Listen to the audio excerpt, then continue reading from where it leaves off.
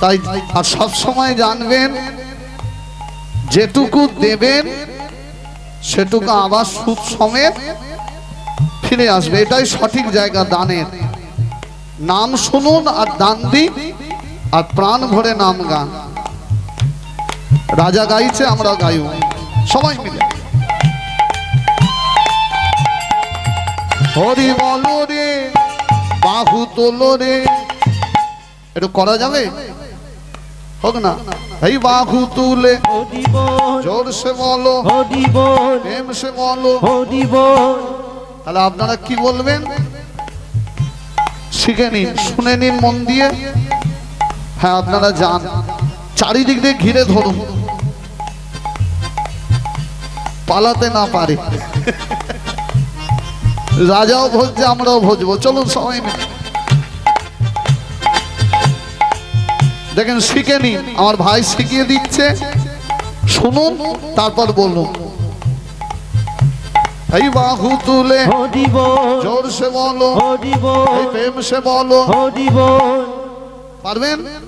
নিন এবার দেখি তো কার হাত তোলা ঠিক হচ্ছে, তুলুন তো।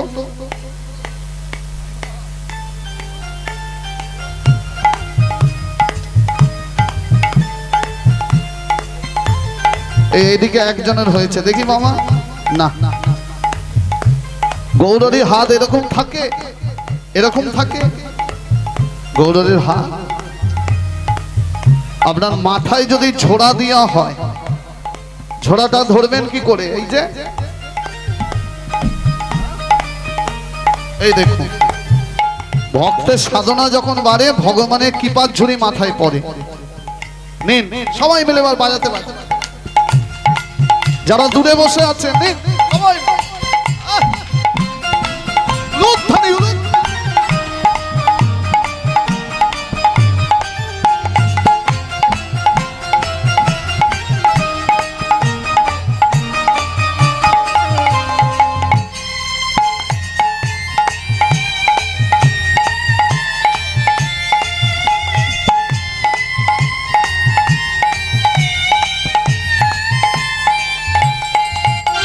এই বাহু তুলে, তাহলে আপনারা কি বলবেন শিখে নিন, আরেকবার শুনে নিন। এই বাহু তুলে জোরসে বলো। তোরা এবার থেমে যা, ছোট করে এরা বলুক, আর বাজাতে হবে না, শুধু তুলে বলুন। বাহু তুলে জোরসে বলো। না, সেই গলাটা বেরোচ্ছে না, মেদিনীপুরের যে গলা, এদের একটা স্পেশাল টেম্পার থাকে, এমন জয় দিতে হবে যেন বৃন্দাবনের রাধারানী শুনতে পায়। সেই ঝগড়ার সময় যে গলাটা বেরোয়। এই বাহু তুলে জোর সে বলো, প্রেম সে বলো, এই ধান সে বলো, এই দিল সে বলো, এই আগে বলো, এই পিছে বলো, এই ডায়ে বলো, এই মায়ে বলো। বাহু তুলে বলো রে, হরি বলো রে, হরি বলো রে বদনে, হরি বলো, হরি বলো রে, হরি বলো রে, হরি বলো রে বদনে, হরি বলো রে। হরি হরি বলবো, হরি হরি বলিব। হরি। দাঁড়া দাঁড়া দাঁড়া, রানী গুন্ডিজার কি হলো? ও রানী, হরি হরি বলবো, হরি হরি বলিব, আমি ভিক্ষার ঝোলা নেব, হরি হরি বলিব, আমি দাঁড়ে দাঁড়ে নাম দেব, হরি হরি বলিব, আমি ডেকে ডেকে নাম দেব, হরি হরি বলিব, আমি বুকে ধরে নাম দেব, হরি হরি বলিব, আমি হাতে ধরে নাম দেব, হরি হরি বলিব, আমি পায়ে ধরে নাম দেব, হরি হরি বলিব, আমি পায়ে ধরে, তাই মুখে হরি হরি বলো। হরি হরি বলো, উঠে দুটি বাহু তুলে, হরি হরি বলো, উঠে দুটি বাহু তুলে, হরি হরি বলো, উঠে দুটি হরি হরি বলিব, হরি হরি বলিব, হরি হরি বলিব। রানী গুন্ডিজা রেগে গিয়ে বলছে, শুনুন স্বামী, আপনি রাজা হয়ে ভিক্ষার ঝোলা নিয়ে পথে পথে ঘুরে হরিনাম গাইবেন, আর আমাকেও আপনার সঙ্গে সঙ্গে গাইতে হবে, ওটা হচ্ছে না। আপনি আমার কথা কান খুলে শুনুন। রানীর সেই বড় বড় চোখ দেখে রাজা ভয় পেয়ে গেল। আচ্ছা আপনারা বলুন, যে জীবনে হরিনাম নেয়নি তাকে যদি বলে ভিক্ষা ঝোলা নিয়ে নাম গাইতে হবে, সে কখনো শোনে? রানী গুন্ডিজা রেগে গিয়ে বলল, শুনুন স্বামী, আমি রাজ্যের প্রজাদের খবর পাঠিয়েছি, আগামীকাল প্রভাতে তারা সব আপনাকে দেখতে আসবে। রাজগুরুদেব বিক্রমাচার্যকে খবর পাঠিয়েছি, তিনি সোনার পাত্রে সোনার মুকুট নিয়ে আপনার মাথায় পরিয়ে দেবে। আমার আদেশ, আগামীকাল প্রভাতে আপনি আবার অবন্তী নগরের রাজা হয়ে বসবেন। আর কালকে যদি না বসেছেন, আপনার একদিন কি? রানী তো বলে চলে গেল, রাজা কাঁদতে কাঁদতে ছুটে গেল নারায়ণের মন্দিরে, চোখের জলে নারায়ণের চরণটিকে জড়িয়ে ধরল। প্রভু, চাই না আমি সোনার সিংহাসন, আমি আশ্রয় চাই শুধু তোমার চরণ তল। এরা আমাকে নাম বসতে দেবে না, তুমি আমায় রক্ষা করো। চোখের জলে নারায়ণের চরণটা ভাসিয়ে দিল। আর দেখবেন মায়েরা বাবারা, আপনারা শাস্ত্র জানেন, ভগবান দেখবেন সব সহ্য করতে পারে, কিন্তু দুটো জিনিস পারে না। কি বলুন তো?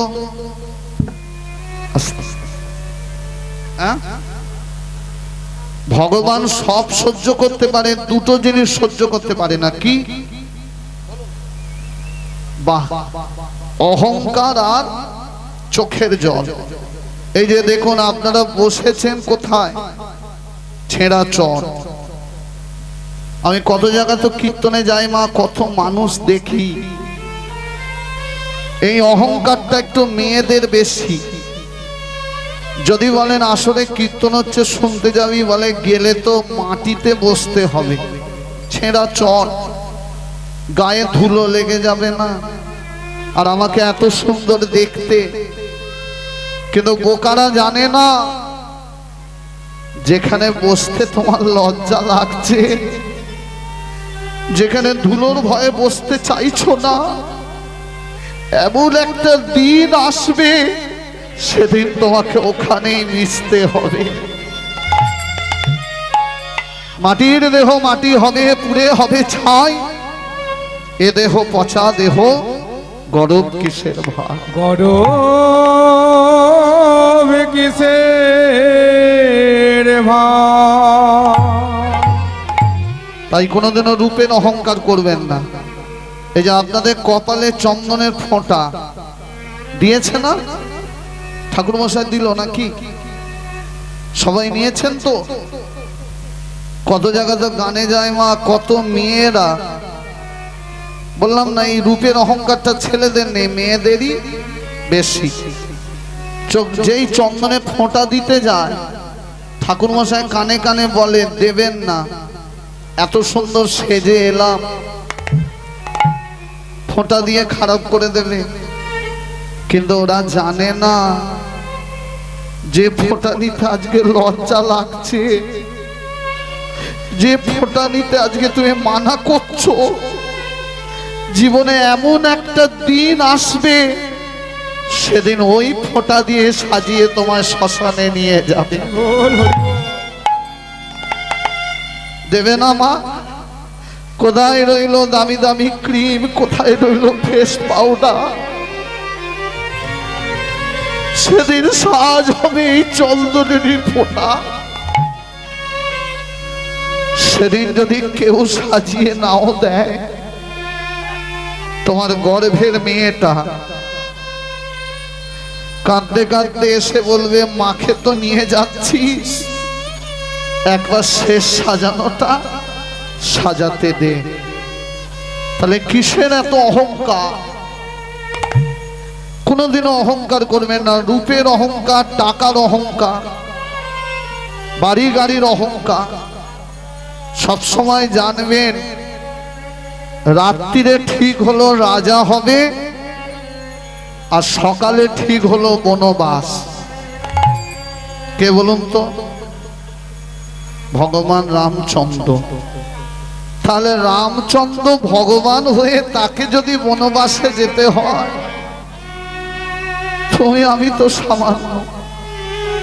ভগবান সব সহ্য করতে পারে, অহংকার পারে না। আর একটা কি? আর একটা হলো ভক্তের চোখের জল। আমি বলেছিলাম লীলা শুরুতেই, বিনা স্বার্থে আর বিনা স্বার্থে যদি চোখের জল আসে, ভগবানকে আসতে হবে হবে হবে। আজকে তাই হলো। রাত্রি 2টোর সময়, শুনবেন এবার মন দিয়ে, রানী গুন্ডিজা চলে গেছে পাশের ঘরে, সে ঘুমাচ্ছে। আর রাজা কোথায়? কোথায়? নারায়ণের মন্দিরে। খুব মন দিয়ে শুনছে। সবাই ঘুমাচ্ছে, ঘুটঘুট অন্ধকার গোটা রাজ্যে। হঠাৎ রাত্রি 2টোর সময় রাজা কানে শুনতে পেল কে যেন মধুর সুরে বাঁশি বাজা।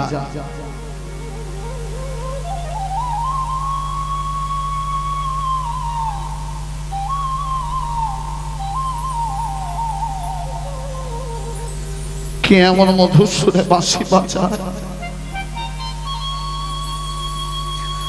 একই মন খারাপ, তার উপর কাটা ঘায়ে,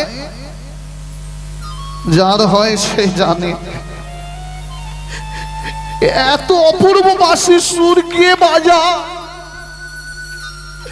রাজা মন্দির থেকে বাইরে এলো। শুধু বাঁশির সুর নয় মা, তার সাথে কে যেন মধুর সুরে নুপুর বাজাচ্ছে। চোখের জল মুছে যেই তাকালো, দেখতে পেল একটা বাচ্চা ছেলে, ছোট ছেলে। এই ছেলেটা কোথা থেকে এলো? একে তো আমার রাজ্যে কোনোদিনও দেখিনি। এত রাত্রিরে ছেলেটা কেন একা একা ঘুরছে? ছেলেটাকে ধরতে হবে, নালে বিপদ ঘটে যাবে। ছেলেটাকে ধরবে বলে রাজা ছুটে গেল। আর রাজা যেই না ছুটছে, ছেলেটাও ভয়েতে, রাজাও পিছনে ছুটছে। ছুটতে ছুটতে রাজ ইন্দ্রদুম্ন ছেলেটাকে বুকের মাঝে ধরে ফেলেছে। এই ধরলো, ছেলেটা নিচু হয়ে যা। আরে বাবা, আমার মা যশোদা যাকে ধরতে পারেনি, বাঁধতে পারেনি, তুই তাকে ধরবি। সকাল হয়ে গেল। কোথা দিয়ে যে সকাল হয়ে গেল রাজা খেয়াল করেনি। পূর্বাকাশে সূর্যদেবের উদয় হচ্ছে। প্রণাম করল রাজেন্দ্রদুম্ন। ওঙে জবা কুসুম শঙ্কাসন, কাশ্যপ প্রেয়গে মহাতুতি, ধন্তারি সর্ব পাপগ্ন, প্রণতস্মি দিবাকর, নমো সূর্যদেবায় নমো নমো, নমো সূর্যদেবায় নমো নমো, নমো সূর্যদেবায় নমো নমো। বলো মহারাজ ইন্দ্রদুম্ন কি জয়। আজ আপনারা তো জয় দিলেন আমার মুখে শুনে, কিন্তু সেখানে কে জয় দিল? রাজা সবে প্রণাম করে দাঁড়িয়েছে, মন্ত্রী এসে হাজির। মন্ত্রী জয় দিয়ে ফেলেছে। রাজা বলছে, মন্ত্রী সকালবেলায় আমার জয় দিলে কেন? মহারাজ, রাজ্যের প্রজারা সব দলে দলে আসছে আপনাকে দেখতে, আমি যাব না। মহারাজ, যেতে তো আপনাকে হবে। কেন জানেন? কেন? কোথা থেকে একটা বাচ্চা ছেলে এসেছে, এই ঢুকলো। ছেলেটা এসে আমাকে বলছে, মহারাজ ইন্দ্রদুম্নকে একটু ডেকে দেবেন। আমি বললাম, এইটুকুনি ছেলে, তোর মহারাজকে কি দরকার? যা দরকার তুই আমায় বল। সে আমাকে রক্তচক্ষু দেখে বলে উঠল, সে কৈফিয়ত তোকে দেব না, ডাক মহারাজ ইন্দ্রদুম্নকে। মহারাজ বলবো কি, ওইটুকুনি ছেলে, মনে হয় 5 বছর বয়স, কিন্তু তার চোখ আমি আজ পর্যন্ত কারো এরকম চোখ দেখিনি। আমার 80 বছর বয়স হয়ে গেল, এরকম ভয়ঙ্কর চোখ আমি আজ যাচ্ছি না, আপনি যান। রাজা মনে মনে ভাবছে মন্ত্রী কাকে দেখে ভয় পেল, কে এই ছেলেটা? তবে কি এই ছেলেই গতকাল রাত্রিরে আমায় বাঁশির সুর শুনিয়েছিল? তবে কি এই ছেলেই আমাকে নূপুর শুনিয়েছিল? দেখতে হবে, দেখতে হবে। রাজেন্দ্র অঙ্গে রাজ পোশাক পরলো, কণ্ঠে মণিমুক্তার হার পরলো, ছুটতে ছুটতে আসছে সেই ছেলেটাকে দেখবে বলে। প্রজারা জয় দিচ্ছে, ওই তো মহারাজ আসছে, আমাদের প্রাণের প্রিয় মহারাজ, জয় দাও, বলো বলো ওকে মহারাজ ইন্দ্রদুগ্ন কি জয়, বলো ওকে মহারাজ ইন্দ্রদুগ্ন কি জয়, বলো ওকে মহারাজ ইন্দ্রদুগ্ন কি। জয়। রাজা যেই না ঢুকতে যাবে, প্রজাদের ঠেলে ভেতরে ঢুকতে যাবে, কোথা থেকে সেই ছেলেটা এসে রাজার হাতটা ধরেই ছেলেটা এক টান দিল। টান দিয়ে কাছে ডেকে বলছে, মহারাজ সিংহাসনে বসো না, তোমার সর্বনাশ হয়ে যাবে। হয়ে গেল। রাজা ভয়েতে থরথর করে কাঁপছে। হ্যাঁ রে ভালো, তোকে আমি চিনি না, জানি না, তুই কোথা থেকে এলি, আমার হাত ধরে টানছিস, আবার বলছিস সর্বনাশ হবে। মহারাজ বলবো কি সর্বনাশ হবে? বলো, বল বল। তাহলে কানটা পাতো। রাজা নিচু হয়ে কান পেতেছে। ছেলেটা কানে কানে বলছে, মহারাজ গতকাল রাত্রিবেলায় তুমি তোমার রাজ্যের পূর্ব প্রান্ত থেকে বাঁশির সুর শুনেছিলে। হ্যাঁ। তুমি নূপুরের ধ্বনি শুনেছিলে। তুই এসেছিলিস? না মহারাজ, আমি আসিনি। তুমি তাকে ধরতে গেছিলে।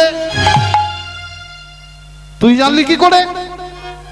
কালকে রাত্রিরে তো সেই ছেলেটা আর আমি এই দুজনেই ছিলাম, আর তো কেউ ছিল না।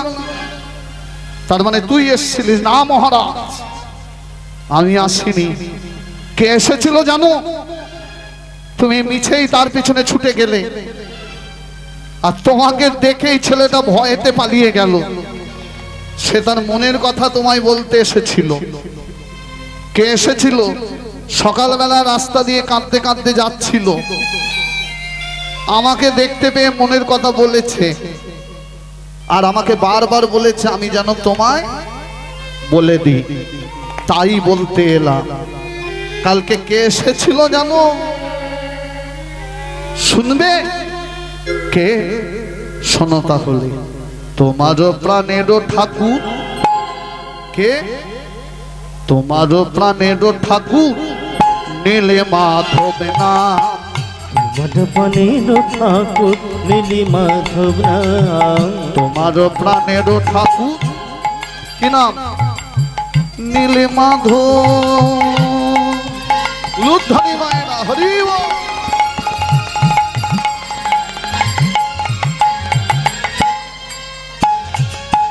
নীলি মাধব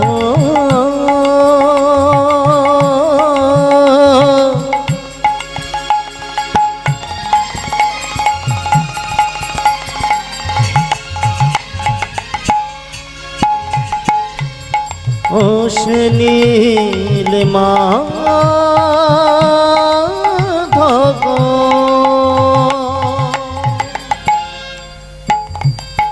তোমার প্রাণেরও ঠাকুর কে এসেছিল কাল? তোমার প্রাণের ঠাকুর কি নাম? বললাম তো, নীল মাধব। রাজা বলছে আমি তো নীল মাধবকে চিনি না, আমি তো নারায়ণকে চিনি, সেই তো আমার প্রাণের ঠাকুর। নারায়ণী কলিযুগে নীল মাধব নাম নিয়ে ছদ্মবেশে পূজা পাচ্ছে, গোপনে পূজিত হনি এই মর্ত ধাম। তিনি গোপনে পূজিত হনি এই মর্ত ধাম। তিনি গোপনে পূজিত হনি এই মর্ত ধাম। তিনি গোপনে পূজিত হনি এই মর্ত ধাম। মহারাজ, তোমার প্রাণের ঠাকুর নারায়ণ তিনি নীলমাধব নাম নিয়ে গোপনে পূজা পাচ্ছে। তিনি আর গোপনে থাকতে চায় না, তোমার দ্বারা জগন্নাথ রূপে প্রতিষ্ঠা পেতে চায়। তাকে এক ভক্ত জোর করে লুকিয়ে রেখেছে, তিনি প্রকাশ্যে এসে পুজো নিতে চায়, তিনি জগন্নাথ রূপে প্রতিষ্ঠা পেতে চায়। তুমি নীলমাধবের সন্ধান করো, তাকে নিজের আগারে আনো। আগার মানে ঘরে। তাহারে গানিবে তুমি আপন আগারে। আজি তাহারিয়া নিবে তুমি আপন আগারে। তাহারিয়া নিবে তুমি আপন আগারে। করিবে মহিমা প্রচার জগত মাঝারে। করিবে মহিমা প্রচার জগত মাঝারে। তুমি করিবে মহিমা প্রচার জগত মাঝারে। করিবে মহিমা প্রচার জগত মাঝারে। নীলমাধবের সন্ধান করো। নীলমাধবের সন্ধান করো। নীলমাধবের সন্ধান করো। নীলমাধবের সন্ধান তুমি করো। জগতে মাঝে প্রচার করো। নীলমাধবের সন্ধান তুমি করো। জগন্নাথ রূপে প্রতিষ্ঠা করো। নীলমাধবের সন্ধান করো। তাই উলুধ্বনি করো সবাই। নীলমাধবের সন্ধান করো। তাই শঙ্খধ্বনি করো সবাই। নীলমাধবের সন্ধান করো। তাই হরিধ্বনি করো সবাই। নীলমাধবের সন্ধান তাই করো। হরিধ্বনি, তাই বলো হরি, বলো হরি, মুখে বলো হরি হরি। বলো হরি বলো তোমরা হরি। মুখে বলো হরি হরি। বলো হরি বলো তোমরা হরি। মুখে বলো হরি হরি। বলো হরি বলো তোমরা হরি। মুখে বলো। করিবে মহিমা প্রচার জগত মাঝারে। করিবে মহিমা প্রচার জগত মাঝারে। এখন ছেলেটা বলে দিয়ে পালিয়ে গেছে। সামনেই দাঁড়িয়ে ছিল 100 জন ব্রাহ্মণ। রাজা তাদের কাছে ডাকলো, শুনুন পণ্ডিতগণ, বলুন মহারাজ, আমার প্রাণের ঠাকুর নীলমাধব তিনি গোপনে পূজা পাচ্ছে, তিনি আর গোপনে থাকতে চায় না, আমার দ্বারা জগন্নাথ রূপে পুজো পেতে চায়। তাই আপনারা আমার রাজ্যের পণ্ডিতগণ, ব্রাহ্মণগণ, আপনাদের আমি সিদ্ধান্ত দিচ্ছি, আপনারা নীলমাধবের সন্ধান করুন। আপনাদের মধ্যে যে নীলমাধবের সন্ধান এনে দিতে পারবে তাকে আমি পুরস্কৃত করব। কি দেবেন মহারাজ? যে নীলমাধবের সন্ধান পাবে তাকে আমি দেব 1 লক্ষ করে স্বর্ণ মুদ্রা, 1টি করে গান। 1 লক্ষ স্বর্ণ মধ্যে 1টি করে গান যদি পাই নীলমাধবের সন্ধান। আস্তে আস্তে কি চিন্তা করছে?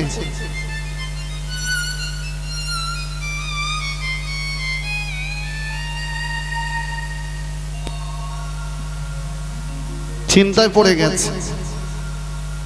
কিসের চিন্তা বলুন তো? টাকা পাবে। আর ভগবান মনে মনে ভাবছে সব কটাকে বাড়ি পাঠাবো, কাউকে আমার সন্ধান দেব না। কেন বলুন তো মায়েরা? কারণ এরা যদি আমার সন্ধান পেয়ে যায় তাহলে আমাকে যেদিন জগন্নাথ রূপে রাজা প্রতিষ্ঠিত করবে সেদিন তো রাজা ভিখারি হয়ে যাবে। কারণ আমাকে খুঁজতে যদি এত টাকা খরচ করে ফেলে প্রতিষ্ঠার সময় তো ভিখারি হয়ে যাবে। তাহলে সন্ধান পাবে কে? রাজা বলছেন দাঁড়ান, আপনারা 100 জন যাবেন, কিন্তু আমি আমার একটা ব্রাহ্মণ আপনাদের সঙ্গে দেব। কে? সাত্বিক নীললোভী ব্রাহ্মণ। কি নাম? রাঁচি পুরোহিত বিদ্যাপতি। বিদ্যাপতি বড়ই সাত্বিক ব্রাহ্মণ বিদ্যাপতি। বিদ্যাপতি রাঁচি পুরোহিত বিদ্যাপতি।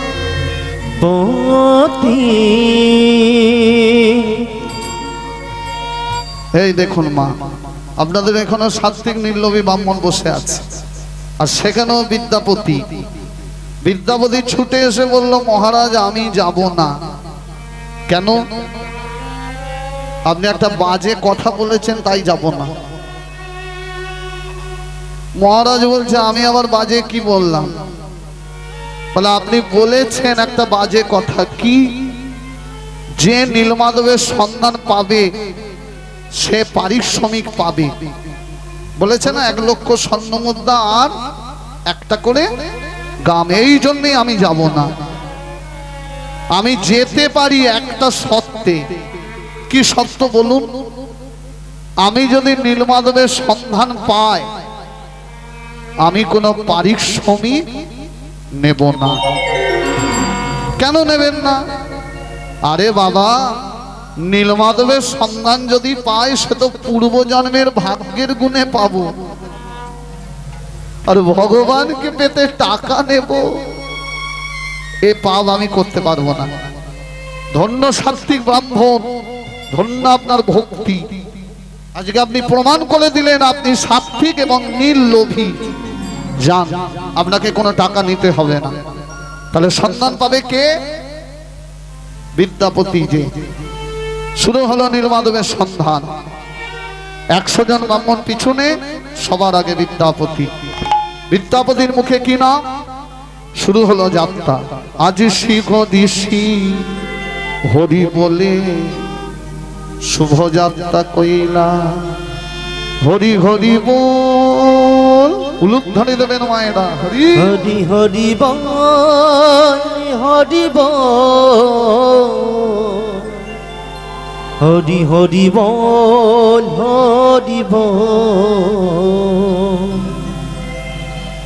হরি হরি বল, হরি বল।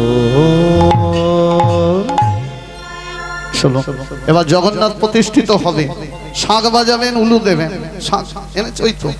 শিগরি শিগরি বলে শুভ যাত্রা কইলা, শ্রী হরি বলে শুভ যাত্রা হইলা, শ্রী হরি বলে শুভ যাত্রা কইলা। নানান দেশান নানান দেশান নানান দেশান তরে তারা ঘুরিতে লাগিলা, নানান দেশন তরে তারা ঘুরিতে ওই লাগিলা। নানান দেশান, ওই নানান দেশান। উলুধ্বনি মায়েরা, হরি বল।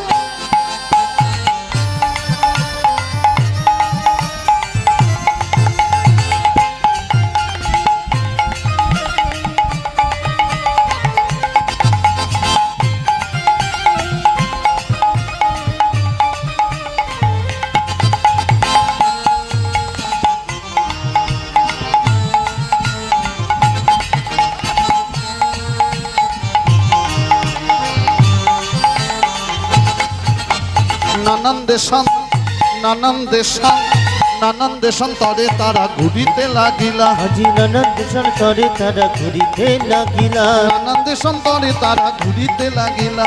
নানান দেশান্তরে তারা ঘুরিতে লাগিলা। নানা দেশে নানা দেশে নানা দেশে ভ্রমণ করে মাধবের লাগিয়া, এই নানা দেশে ভ্রমণ করে মাধবের লাগিয়া, নানা দেশে ভ্রমণ করে মাধবের লাগিয়া, নানা দেশে ভ্রমণ করে মাধবের লাগিয়া। নানা দেশে ভ্রমণ করে মাধবের লাগিয়া। এরা নেচে নেচে নেচে নেচে নেচে নেচে চলেছে মাধবের লাগিয়া। উলুধ্বনি মায়েরা, চলেছে মাধবের লাগিয়া, নেচে নেচে চলেছে মাধবের লাগিয়া।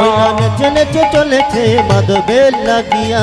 সন্ধান মেলে না, সন্ধান মেলে না, সন্ধান মেলে না, সন্ধান মেলে না, যার লাগি কাঁদে প্রাণ, সন্ধান মেলে না, যার লাগি কাঁদে প্রাণ। সন্ধান মেলে না। নেচে নেচে চলেছে মাধবের লাগিয়া, ওই না নেচে নেচে চলেছে মাধবের লাগিয়া। তারা নেচে নেচে চলেছে মাধবের ওই লাগিয়া। না নেচে নেচে চলেছে মাধবের লাগিয়া। সারা ভারতবর্ষ ঘুরছে, কোথাও কিন্তু দেখা পাচ্ছে না। 3 মাস পর এরা যাতে না এগোতে পারে, শুধু বিদ্যাপতি যাবে, বাদ বাকি সব ঘরে যাবে।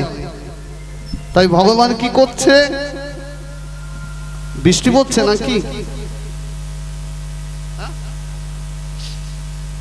বৃষ্টি পড়ে না তো মায়েরা? ওই তো বৃষ্টি পড়ছে। ঘন ঘন বজ্রাঘাত, মুষলধারে বৃষ্টি, প্রবল বেগে ঝড় বইছে, এত ঘন ঘন বজ্রাঘাত, এত ঝড়, এক হাত এগোচ্ছে, কি করে যাব? আপনি বাজলে বাবার নাম, চাইনামালা নীলমাধবের সন্ধ্যা, ও বিদ্যাপতি মরে মরু, চল আমরা পালায়। সবাই ভয়ে পালিয়ে আসছে, কিন্তু বিদ্যাপতির এতটুকু ভয় নয়, বিদ্যাপতির এতটুকু ভয় নয়। যত ঘন ঘন বজ্রাঘাত, যত জোরে বৃষ্টি, যত প্রবল বেগে বাতাস বয়, সে ততই চিৎকার করে সেই ধ্বনি দেয়। কোন ধ্বনি? হে নীলমাধব, হে নীলমাধব, হে নীলমাধব। সবাই ঘরে ফিরে এলো। ও আপনারা কি ভাবলেন এখানে কথা বলছি?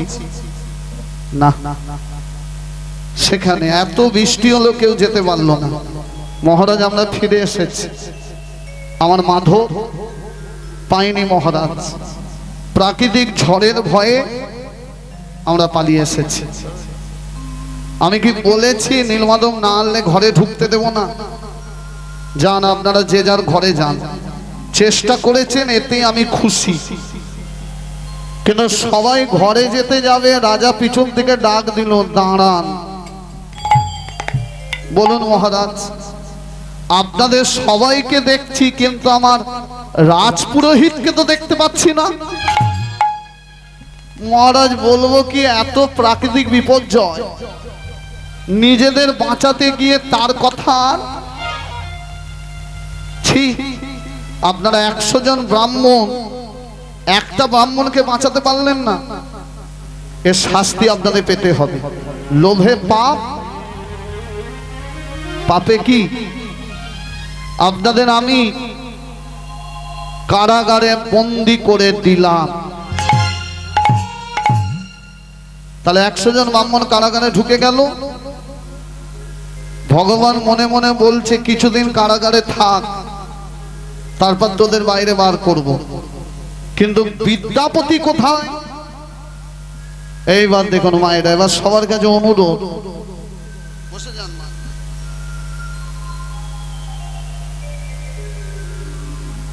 সবার কাছে অনুরোধ, মা এত রাত অব্দি যখন বসে আছেন, আর আজকে ভালো লাগছে কোথায় জানেন?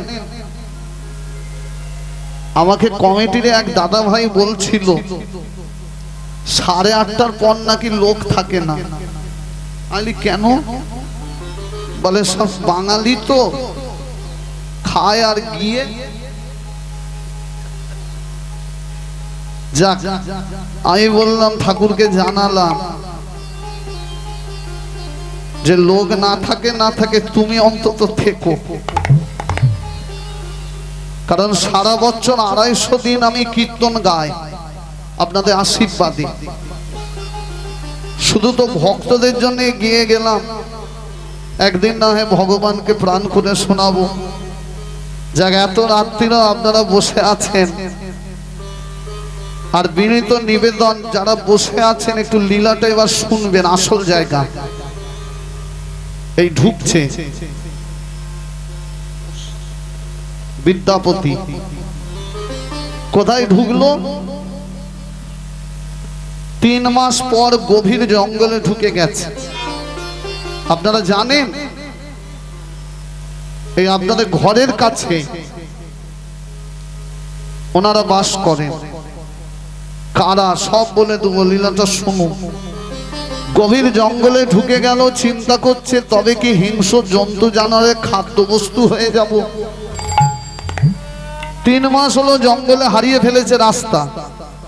কে যেন কানে কানে বলছে, যার ভাবনা তিনি ভাববে, তুই ভাববার কে? হঠাৎ বিদ্যাপতি দেখলো গভীর জঙ্গলে সন্ধ্যাবেলায় কতকগুলি আলো দেখা যায়। জঙ্গলে আলো কেন? তাহলে নিশ্চয় মানুষের বাস আছে। আর মানুষ যদি থাকে, তার কাছে কি পাবো? জল পাবো, খাবার পাবো। আলোকে অনুসরণ করে বিদ্যাপতি এগিয়ে গেল, আর এগিয়ে গিয়ে বিদ্যাপতি চমকে গেল। একই ব্যাপার, জঙ্গলের মধ্যে ছোট ছোট ঘর এলো কোথা থেকে? গভীর জঙ্গলে ছোট ছোট পণ্য কুঠির, পণ্য মানে গাছের পাতা দিয়ে কুঠি, আর জানলা দিয়ে লণ্ঠনের আলো দূর থেকে। হঠাৎ বিদ্যাপতি দেখছে একটা ঘরের দরজা, আর তৎক্ষণাৎ মাটির প্রদীপ হাতে, মাটির প্রদীপ হাতে এক অতীব সুন্দরী রমণী দরজা খুলে বাইরে বেরিয়ে এলো। প্রদীপের আলোয় মুখখানি উদ্ভাসিতা। এই গভীর জঙ্গলে এই মেয়েটাকে চিনে না তো বিদ্যাপতি, তাই প্রশ্ন ছুঁড়ল, বলো কে তুমি?